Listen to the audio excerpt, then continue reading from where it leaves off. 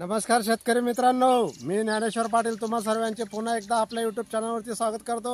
शेतकरी बंधूंनो, आपण गेल्या काही दिवसापासून आपल्या चॅनलवरती कुठलाही व्हिडिओ प्रसारित करू शकलो नाही, त्याबद्दल मी सर्वात प्रथम तुमची माफी मागतो, दिलगिरी व्यक्त करतो आणि तुम्हाला असं आश्वासन देतो की यापुढे आपण शेती क्षेत्रातील नवनवीन घडामोडी किंवा आपण शेतीमध्ये आपण जे नवनवीन प्रयोग करतो त्याविषयी आपण आपल्या चॅनलवरती नक्कीच व्हिडिओ बनवून त्याचा प्रसारित करण्याचा प्रयत्न करू। शेतकरी बंधूंनो, नुसती शेती करून परवडत नाही, कारण की शेतीला आता मजूर मिळत नाही आणि पिकवलेल्या मालाला योग्य भाव मिळत नाही आणि निसर्गाच्या लहरीपणामुळे शेती थोडंसं तोट्याची होऊ लागली आहे। त्या कारणामुळे आपण आता शेतीला जोडधंदा म्हणून आपण शेळीपालनाकडे वळालो आहेत।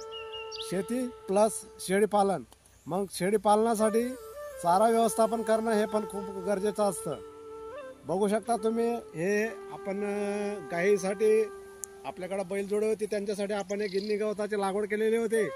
बकऱ्या म्हणजे शेळ्या त्यालाही खूप चांगल्या प्रकारे खातात। तर आता आपण हे घास गवत म्हणजे मेथी घास हे म्हणता, कुठं त्याला आमच्याकडे मेथी घास म्हणता, हे घास गवताची आपण लागवड करणार आहे। सर्वप्रथम आपण या रानामध्ये रोटर मारून रान एकदम भुसभुशीत केलं आहे आणि आवताच्या साहाय्यानं आपण इथं दांड पाडून घेतले आहेत।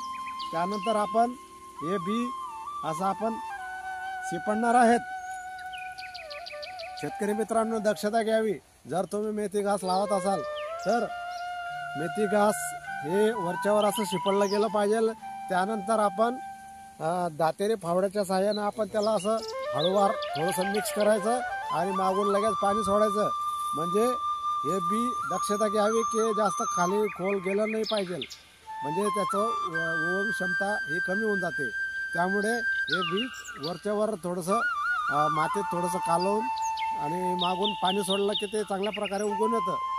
तर याच्या पुढचा व्हिडिओ कसं उगवून येतं हे पण आपल्या चॅनलवरती आपण टाकणार आहोत।